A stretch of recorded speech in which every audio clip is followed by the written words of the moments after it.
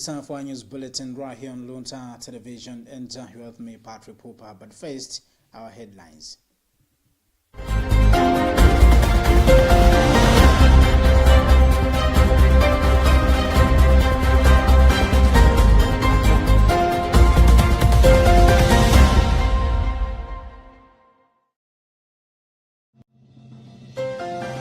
Pope Leo XIV says digital communication must serve truth and human dignity. Finance Minister assures Malawians of protection for investors' funds amid financial reforms. Civil society organizations calls for Namiwa's release, warns arrest could weaken accountability. In other news, Ugandan opposition leader Kizza Besigye admitted to intensive care.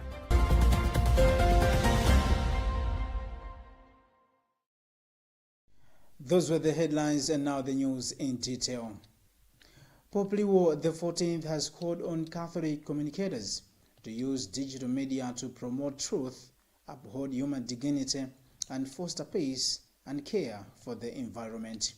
In a message to participants at the Science World Conference in Kigali, Rwanda, delivered on his behalf by Cardinal Pietro Parolin, the Pope assured attendees of his prayers and expressed hope that the gathering would strengthen efforts to ensure digital communication serves the common good. We have a Vatican News report read by Charity Chiranga. The Pope noted that digital technology now plays a central role in modern life, shaping culture and influencing how people understand the world. Referring to his encyclical Magnificat Humanitas, Pope Leo said online communication goes beyond sharing information, as it also helps shape society and the collective conscience.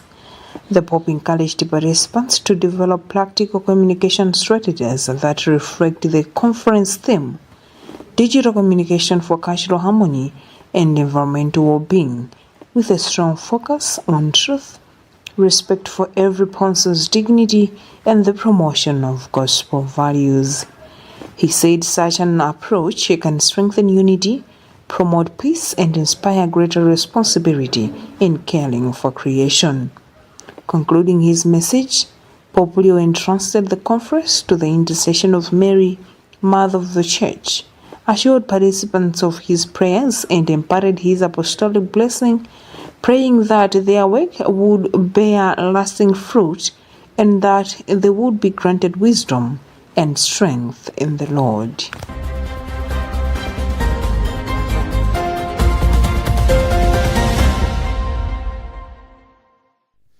The Bishop of the Diocese of Karonga, Bishop Martin Mtumbuka, has commended Christians of Marira Substation under the St. Matthias Parish for their spirit of self-reliance after successfully constructing their church without financial assistance from the diocese.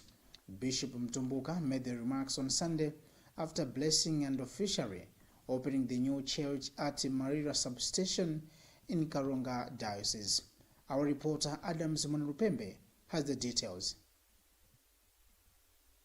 Speaking during the ceremony, Bishop Mtumbuka praised the faithful for their dedication and sacrifice in building the church through their own contributions and efforts, describing them as an example for other Catholic communities to emulate. He noted that the diocese did not provide financial support towards the construction of most churches in the parish, saying the achievement reflects the commitment, unity, and self-reliance of the Christian community. I'm very grateful to be here in Marira Substations in Matthias Parish. The Christians in this parish have the unique gift of working very, very hard. Most of the churches, almost all of them we bless here, we have contributed nothing as a diocese. They do them on their own. I'm very, very grateful. It is the right thing to do, and we continue to encourage them to continue doing this. They set a good example for everyone. I pray for these people. They have worked very hard to build this church.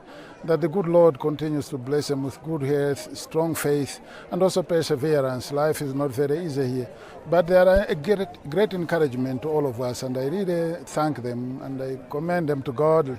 Let Him keep them healthy, strong, and also in their faith, and continue to set a good example for all of us of self-reliance. The bishop also expressed concern over the increasing cases of early marriages affecting girls in border communities. He warned that poverty continues to drive many young girls into early marriages, particularly in border communities. He said many of these marriages end in separation, leaving the girls vulnerable and facing difficult circumstances. Bishop Mtumbuka said the Catholic Church will continue working with families and local communities to address the challenge of child marriages. He added that an upcoming project funded by Missio Munich is expected to help tackle some of the root causes of the problem. Reporting for Luntha Television, this is Adams Mwenerupembe.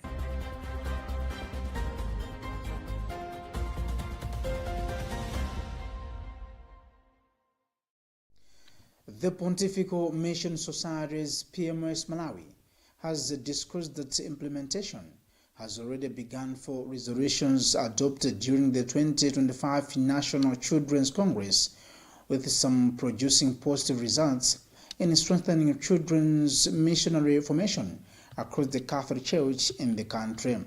PMS National Director Father Peter Ephraim Madea has made the remarks that the Church commemorates 1 year since the inaugural Children's Congress, which was held at St. Don Bosco Parish in the Archdiocese of Lilongwe. Emmanuel Chocha reports. Speaking in an interview with Luntha Television, Father Madea said the Children's Congress has had a significant impact on the faith formation and active participation of the children in the Catholic Church. He said several resolutions made during the Congress have already been implemented, including children taking leadership roles during the liturgy, the introduction of children masses in some parishes, and an increased involvement in children in decision-making within the Church. Supporting these sentiments, PMS animator in the Archdiocese of Lilongwe, Tina Kandodo, said 1 year after the Congress, its fruits are evident across the Church. Kandodo said the children are now interacting more confidently, learning how to take care of the environment in line with Pope Francis' encyclical Laudato Si, and actively participating in the Church liturgical life. Pontifical Mission Society has since said it remains committed to ensuring that children are given meaningful opportunities to participate fully in the life and mission of the Church.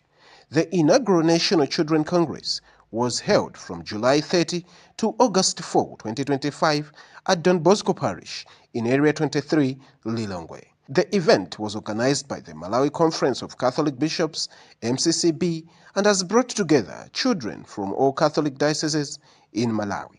For Luntha News in Lilongwe, this is Emmanuel Chocha.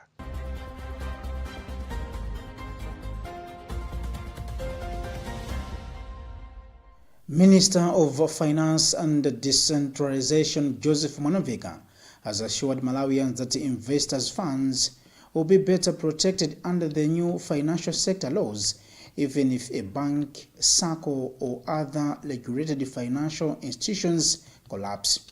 Presenting the bills in Parliament on Tuesday, Mwanamvika said the existing legal framework did not provide adequate protection for depositors and investors, leaving many unable to recover their money when financial institutions failed. We have a report filed by Fales Chizombe. Parliament on Tuesday passed the 5 financial sector amendment bills: the Banking Amendment Bill of 2026 number 9, the Financial Services Amendment Bill of 2026 number 10, the Securities Amendment Bill of 2026 number 11, the Microfinance Amendment Bill of 2026 number 12, and the Financial Cooperatives Amendment Bill of 2026 number 13. In his remarks, Minister of Finance and Decentralization Joseph Mwanamvika said the newly passed legislation will strengthen consumer and investor protection while enhancing confidence in the country's financial sector. Mwanamvika Further explained that under the new laws, unclaimed funds held by banks, SACCOs, insurance companies, and other regulated financial institutions will, after due legal procedures, be transferred to account number 1 at the Reserve Bank of Malawi. The funds will remain available for rightful owners to claim whenever they came forward. You have noted that in the past we had difficulties to manage failed banks. As a result, depositors were not protected, the shareholders were not protected, to the extent that depositors in some cases have lost money. And also, even some depositors who speak today, they have not even claimed their monies. And even the treatment of shareholders' funds. So the bill that I presented, the first banking bill that I presented, was to regularize, also to give the powers to the registrar, that's the Reserve Bank of Malawi, to manage the failed banks without necessarily going to courts. Because as we speak today, when there's a failed bank, the only option is to go to the court. Reflecting to the amendments, Member of Parliament Peter Dimba welcomed the reforms, saying it is reasonable for unclaimed funds to be transferred to account number 1, where they can be put to public use while remaining accessible to their rightful owners. I think this is a straightforward matter because for the funds to be deemed unclaimed, it means that the institutions tried to trace the owners of these funds, but they could not find them. They could not even find their next of kin. So such funds, I think, makes a lot of sense that they should be credited to the account number 1 so that they are used for the common good. The amendments are aimed at strengthening financial sector regulation, improving consumer and investor protection, and enhancing the management of unclaimed funds across regulated financial institutions.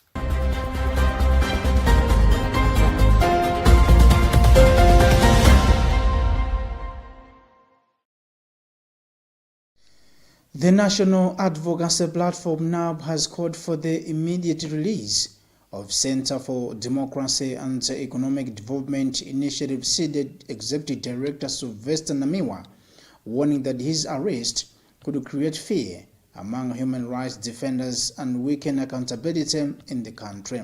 Speaking in an interview with the Luntha television, NAB chairperson Benedicto Kondowe said while the police have a constitutional mandate to investigate and arrest suspects, the circumstances surrounding Namiwa's arrest raise concerns over freedom of expression and could discourage human rights defenders from speaking out on issues affecting the country.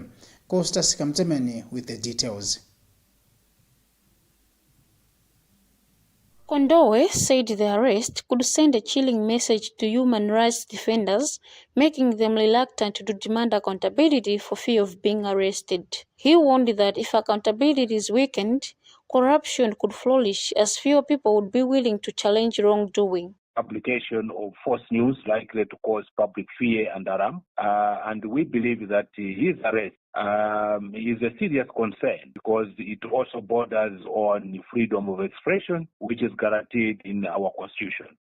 Whilst the police has a duty to investigate and arrest, the timing in itself leaves a lot to be desired because it has the potential to send shivers. Meanwhile, opposition political parties UTM, UDF and PDP have also condemned Namiwa's arrest and prosecution, describing the charges as unjustified and calling for his immediate release. The parties warned against treating criticism and calls for accountability as threats to the state. The calls come as Namiwa remains in custody at Maula prison in Lilongwe and is expected to remain there until Wednesday next week, when the High Court is scheduled to hear his bail application. Namiwa was arrested last Thursday and is facing charges of treason and publishing false information likely to cause fear and alarm. The case has since been committed to the High Court for the further proceedings.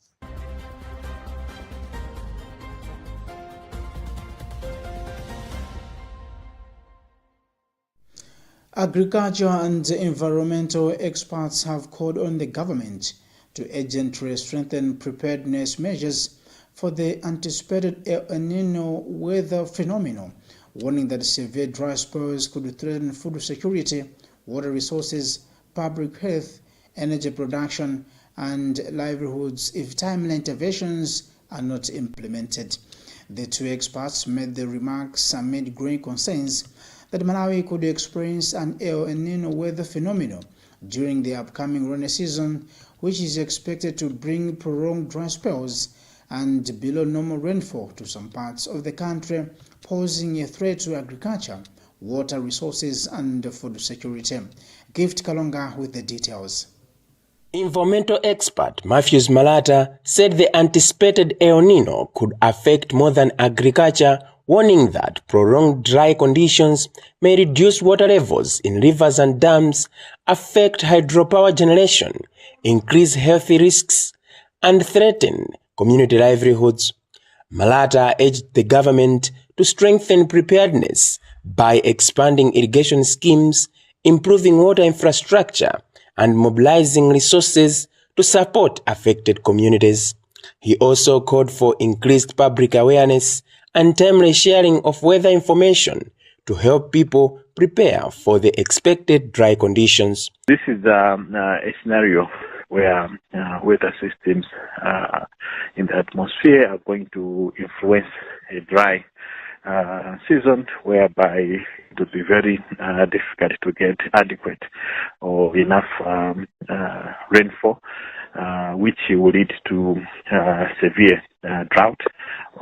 Agriculture expert Renard Chimwaza urged the government to speed up the implementation of planned interventions to reduce the impact of El Niño-induced dry spells, especially in southern Malawi, where the effects are expected to be more severe. He encouraged farmers to adopt climate-smart farming practices, including planting drought-tolerant and early maturing crop varieties, while stressing the importance of timely weather information to guide farming decisions. Yes, taking into consideration that there is an anticipated El Niño phenomenon coming ahead in Malawi, most especially the southern part of the country. The government has said it is strengthening preparedness for the anticipated 2026-2027 El Niño by implementing a national El Niño preparedness plan aimed at improving early warning system, coordinating anticipatory action, and protecting vulnerable communities. Through an ad hoc cabinet committee on El Niño preparedness, the government is coordinating interventions across key stakeholders, including agriculture, food security, health, water, education, and logistics to minimize the potential impacts of the phenomenon. For Luntha News in Lilongwe, this is Gift Kalonga.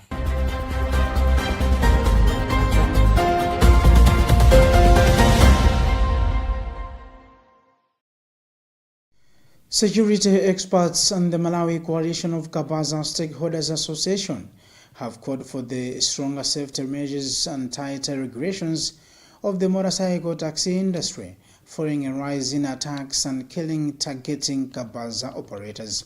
The call came amid growing concern over incidents in which criminals allegedly pose as passengers before robbing or killing operators and stealing their motorcycle. Judith Ogan reports. Security expert Aubrey Kabizali says motorcycle taxi operators must recognize that they are running a high-risk private business and take greater responsibility for their own safety. He urged operators to avoid carrying multiple passengers at night, reduce late-night operations, and ensure motorcycles are properly registered to make it harder for criminals to target the sector. Okay, so I think the first thing that these are private. This is a private enterprise. There are individuals that are doing this for as a private thing and not necessarily a state service provider. Meanwhile, chairperson of the Malawi Coalition of Kabaza Stakeholders Association, Moses Malap, says the association is working with government to strengthen regulation of the industry through proper registration of motorcycle dealers, operators, and banks. Malabo said the association is also introducing motorcycle tracking systems and advocating for new regulations, including limiting nighttime operations to improve the safety of operators and curb rising attacks.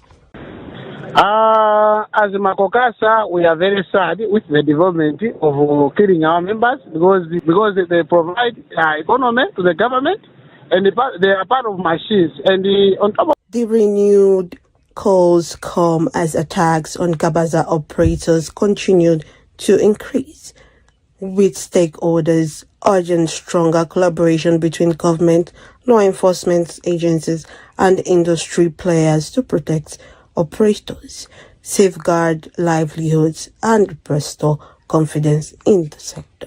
For Luntha News in Lilongwe, this is Judith Ogan.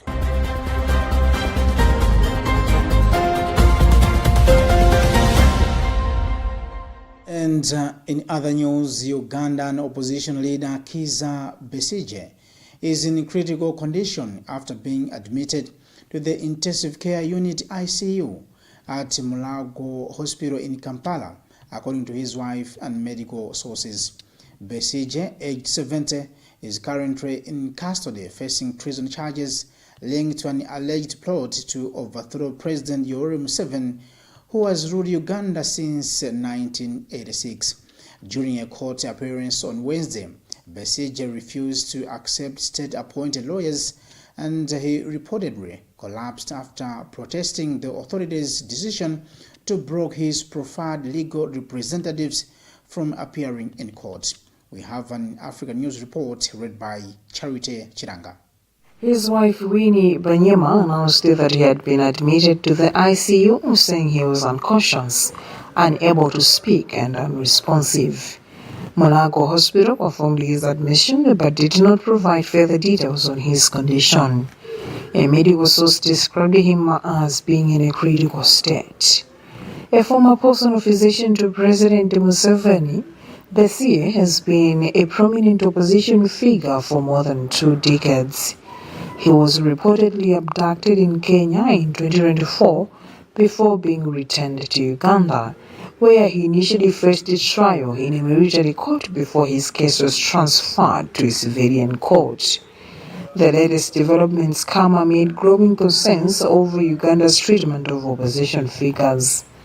One of Besigye's lawyers, former Kampala Mayor Elias Lukwago, was arrested, while another lawyer, former Kenyan Justice Minister Martha Karua, was denied entry into Uganda. Authorities also denied Lukwago bail on Thursday after charging him with failing to report an alleged treason offense. The court ruled that he had not provided sufficient medical evidence to justify his release despite claims of serious health problems. Besigye has been hospitalized 3 times since his detention, including after a hunger strike in February 2025. His wife has repeatedly accused the government of subjecting him to inhuman conditions and has alleged there is a plot to endanger his life.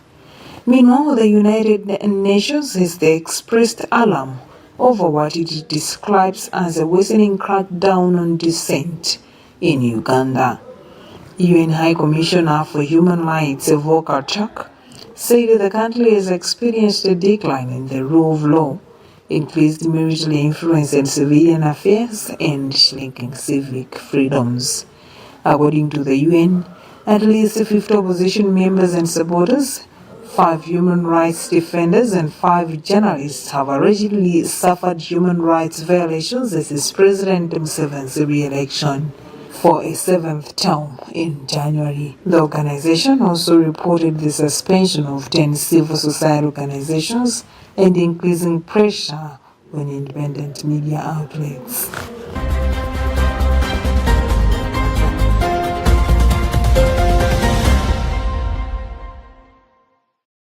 And with that international news report, let's have a weather report from Department of Climate Change and Meteorological Services.